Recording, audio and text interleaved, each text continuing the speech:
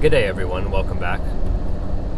My brother Wyatt and I are on our way to Lincoln City to find a nice camping spot near the beach, do a little bit of hiking, maybe go down to the beach, take a quick dip. Thought I'd change the oil in the Land Cruiser this morning as it's been about 3,000 miles since the last oil change and she's running well. Alright, so right now we're on the hike to God's Thumb. We were on the Knoll Trail and it's probably about 1.5 miles, but a lot of it's kind of uphill. So we were sort of winded half the way up because it was pretty much just a steep climb. But we've kind of caught our breath now. But as you can see, I think that's Amelia's Cove. I'm not really quite sure what that's named. I'll get that in a second. But man, the view is just absolutely breathtaking up here. That's God's Thumb there, obviously. We're gonna walk down there in just a sec. And then just behind us here is all of Lincoln City. And you can just see pretty much as far as the eye can see out there. It's really beautiful. All right, well, I'm not sure how much the camera's doing this justice, but it's definitely a steep drop off right here. Yeah, there's no way to stop if you fall down this thing.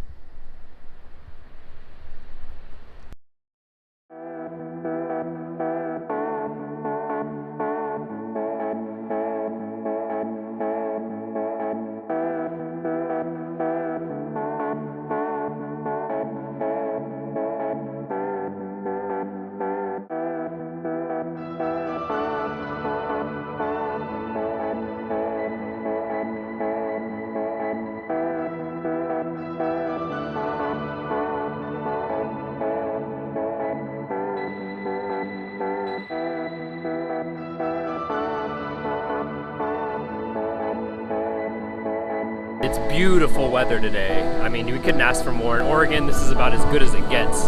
So we're just down here at the beach, south of Lincoln City a little bit. There's no one here. We're even able to find a parking spot at the little park by the beach.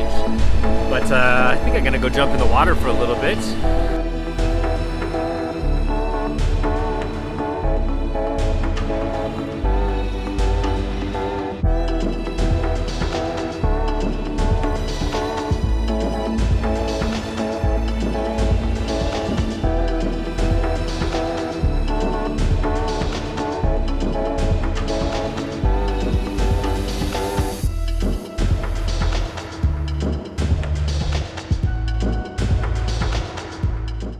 My brother was unable to join me for this part of the excursion. He had to go back into town for potential jury duty today. So we're out here in Niagara Falls Trailhead. There was no one out here. One gentleman and his son came out here just about 5 minutes ago. Very serene out here.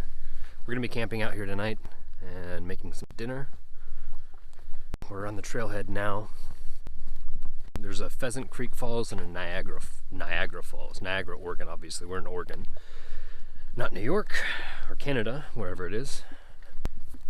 And we'll catch you at the trailhead. Or at the waterfall, rather. Waterfalls.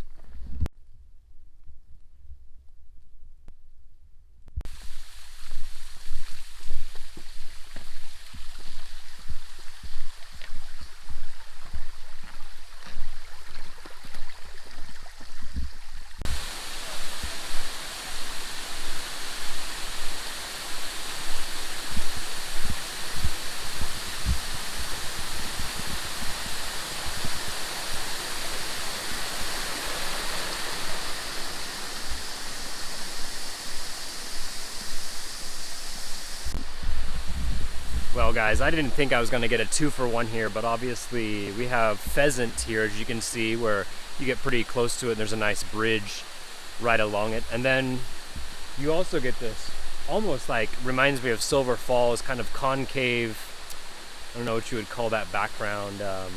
Anyways, it's just, I feel like I say the same word so much because it, like, words can't describe it, you know. Let's see if we can get up a little bit closer here and maybe go for a little swim. I don't know, I don't see any signs saying stay on the trail, so And these guys are just everywhere right here. I didn't really notice until I got a closer look, but yeah, they're just everywhere at the bottom of this basin. Cool looking, we call them roly-polies, but I know the name for them all. I forget it, I'll post it. But yeah, pretty cool. I was scared they were leeches at first.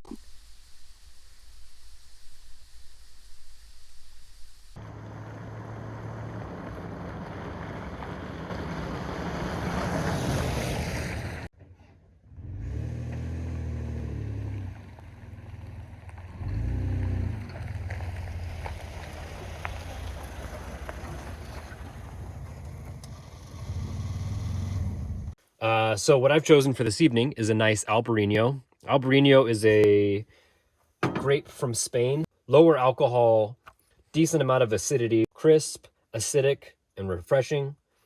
Some tasting characteristics you could say would be white peach and a little bit of lemon peel.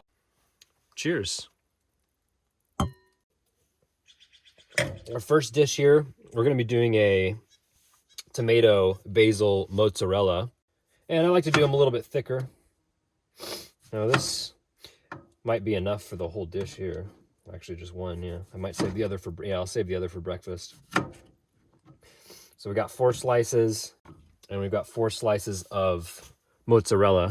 It's like making a sandwich. And then tomato. And then just, you know, repeat. Spread it out like a deck of cards, you know? The herbage. What I like to do is just cut it. Kind of julienne it or, you know, dice it. So we're going to take our basil and just kind of chop it up, and that's going to go on top and you know, has this really nice anise or licorice flavor to it. Just hit it with a little bit of olive oil. Balsamic, you can do balsamic if you want at this point. I just really like buffalo sauce or Frank's Red Hot. And just a little bit of cracked pepper, truffle, and sea salt. I love white truffle or truffle mushrooms, truffle oil, truffle anything.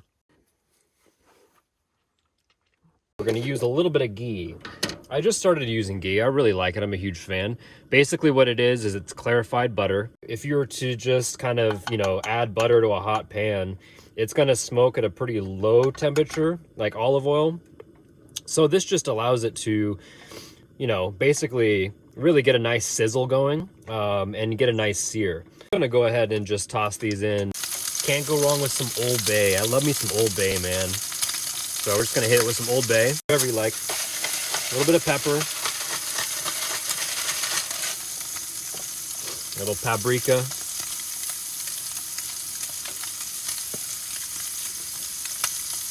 And we're going to hit it with just a little bit of lemon at first.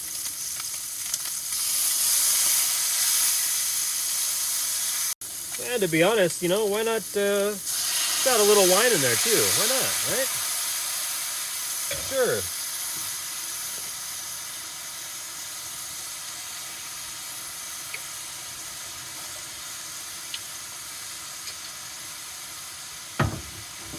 Got to give a little more for the chef, of course, too, you know? Maybe go with a little steak, butter steak, whatever you call it, seasoning. Sure, we're not going to leave them on there for too long. Like I said, I like that caramelization there. Yeah, so like an idiot, I used my saute pan for the scallops. There's nothing wrong with that, but I should have used my cast iron. That would have made it a lot easier to clean the saute pan, and I'm going to have to end up using the old cast iron to make mac and cheese. Now, call me a little bit childish, that's fine, but I happen to just really like this Cheetos cheesy jalapeno mac and cheese. It's kind of spicy.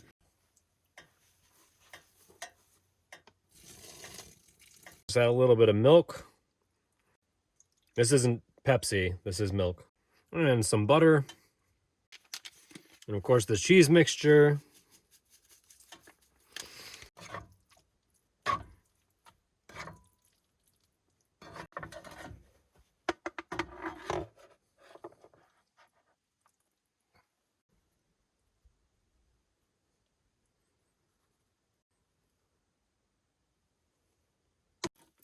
Just add a little texture here with some panko breadcrumbs. We'll do some chopped yellow bell pepper so we can pretend like we're eating healthy. And a few sprigs of cilantro, because why not? You know? Sounds good to me. And there you have it.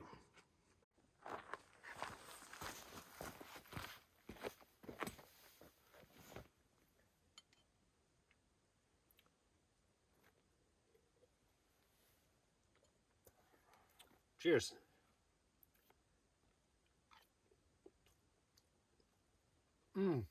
Oh.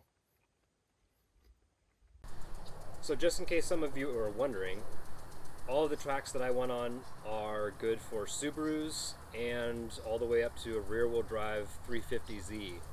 Being careful, of course. There's some potential hazards you could run into, but for the most part, you can get to all these trails. All of the campsites that I go to, you have access to. You don't even have to subscribe to my YouTube channel, though I would appreciate it if you would subscribe and like. But that's going to do it for the episode this week, guys. Tune in next Sunday at 12 p.m. Pacific time. Thank you so much for watching, and have a great day.